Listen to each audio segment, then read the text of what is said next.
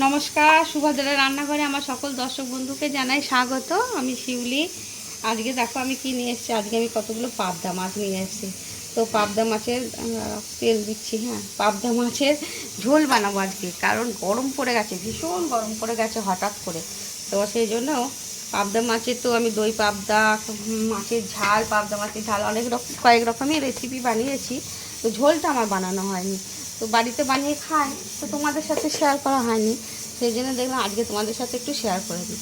সেই জন্য পাবদা মাছগুলো আলু, বেগুন, বড়ি আর সজনে ডাঁটা এসব দিয়ে পাবদা মাছের আজকে আমি ঝোল বানাবো।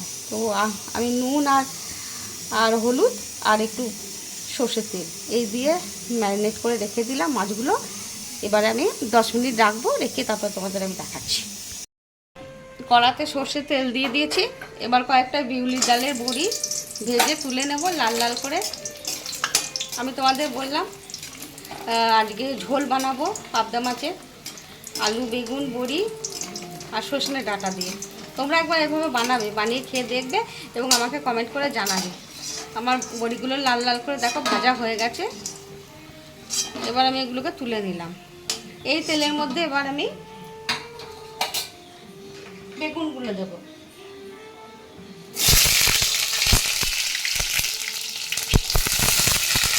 আমার বেগুনগুলো ভাজা হয়ে গেছে। এবার আমি বেগুনগুলোকেও তুলে নিচ্ছি।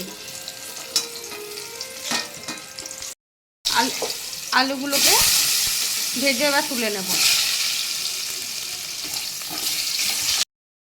আমার আলুগুলো দেখো ভাজা হয়ে গেছে। এবার আমি আলুগুলোকেও তুলে নিলাম। এর মধ্যে মাছগুলো দিয়ে দিচ্ছি।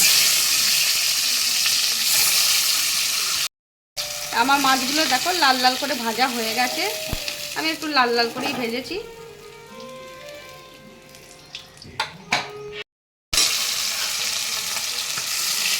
আমি এবার বাকি মাছগুলো তুলে নিচ্ছি। একটু জিরের গুঁড়ো দিয়ে দিলাম, মশলা বানিয়ে নিচ্ছি।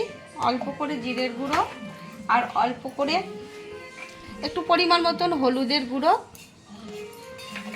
একটু কাশ্মীরি রেড চিলি পাউডার, এগুলো দিয়ে একটু জল দিয়ে আমি মশলাটা রেডি করে নিচ্ছি। গুলে একটুখানি ভিজিয়ে রাখবো, তাহলে মশলাটা খুব সুন্দর হয়ে যাবে। ভাজাগুলো তুলে নিলাম। মাছ ভাজার তেলের মধ্যে কালো জিরে ফোড়নে দিয়ে দিলাম, কাঁচা লঙ্কা দিয়ে দিলাম ফোড়নে। আর যে মশলাটা রেডি করে রেখেছিলাম মশলাটা দিয়ে দিলাম। মশলাটা একটু কষিয়ে নিই ভালো করে।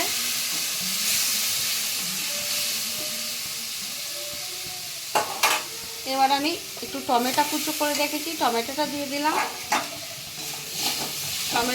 আমি টমেটোটার উপরে একটু লবণ দিয়ে দিচ্ছি। হ্যাঁ, দিয়ে একটু চাপা দিয়ে দিই যাতে টমেটোটা আমার সিদ্ধ হয়ে যায়। তারপরে আমি আলুগুলো দেব। দেখো আমার টমেটোগুলো প্রায় গলা গলা হয়েই গেছে। এবারে আমি এই যে সজনে ডাঁটাগুলো, এগুলো তো ভাজিনি, এগুলো দিয়ে দিলাম, মশলার সাথে কষিয়ে নেব। আর আলুটা দিয়ে দেবো, আলুগুলো দিয়ে দেবো, মশলার সাথে একটু ভালো করে কষিয়ে নেব। আলু, বেগুন, বড়ি সবই দিয়ে দিচ্ছি। কষিয়ে নিয়ে ভালো করে তারপরে আমি একটু জল দিয়ে দেবো।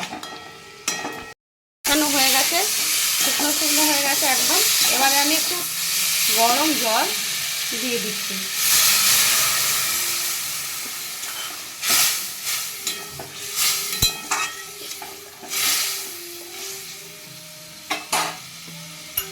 দু চারটে চিনির দানা দিয়ে দিলাম।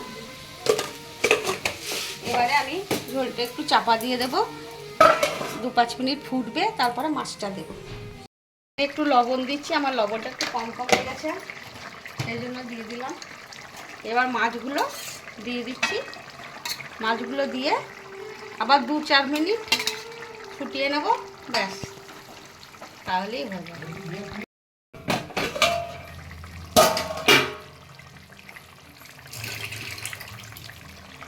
দেখো মাছটা দেওয়ার পরে 2 মিনিট ফোটানো হয়ে গেছে। আমি একটু হোমমেড গরম মশলা গুঁড়ো ছড়িয়ে দিলাম। হোমমেড কিন্তু, এটা কেনা গরম মশলা না, তোমরা হোমমেড থাকলে দিতে পারো। যেটা এটা একটা হেলদি মাছের ঝোল হচ্ছে। আর একটু ধনেপাতা গুঁড়ো ছড়িয়ে দিলাম। এবার গ্যাসটা আমি অফ করে দিয়ে কিছুক্ষণ স্ট্যান্ডিং টাইমের জন্য রেখে দেবো, তারপর তোমাদের সার্ভ করে দেখাবো। আমার পাবদা মাছের ঝোলের রেসিপি রেডি এবং সার্ভ করে দিয়েছি। তোমরা এইভাবে একবার অবশ্যই বানাবে, বানিয়ে খাবে, খেয়ে আমাকে কমেন্ট করে জানাবে তোমাদের কেমন লেগেছে। আলু, বড়ি, সর্ষের ডাঁটা, বেগুন দিয়ে পাতলা হালকা একটা স্বাস্থ্যকর ঝোল এই গরমের দিনে। প্রচণ্ড গরম পড়ছে, আবার পড়ে গেছে। যাই হোক, তোমরা সবাই ভালো থাকবে, সুস্থ থাকবে। তোমাদেরকে সকলকে অসংখ্য ধন্যবাদ আমার সাথে, আমার পাশে এইভাবে আমাকে সাপোর্ট করার জন্য, আমার সাথে থাকার জন্য। আর তোমরা সবাই ভালো থাকবে, সুস্থ থাকবে। তোমাদেরকে আবার বলছি অনেক ভালোবাসা, নমস্কার।